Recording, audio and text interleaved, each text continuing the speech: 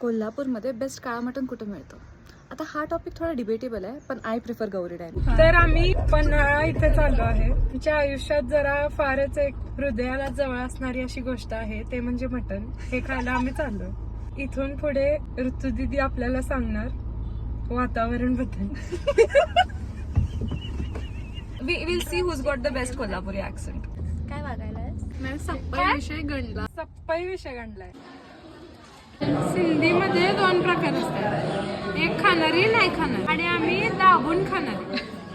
अगं आमच्यापासून मटनचा मत सुरू होतोय कारीगरांपासून.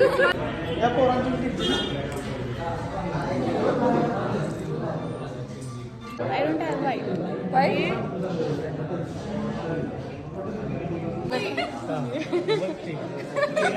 पण तुम्हाला काय वाटतं, सगळ्यात चांगलं आहे का नाही? सगळ्यात चांगलं हे ना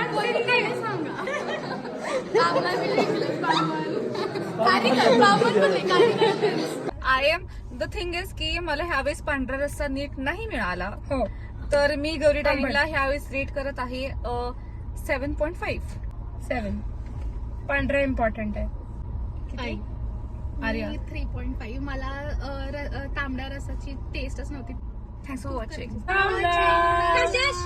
Love, love.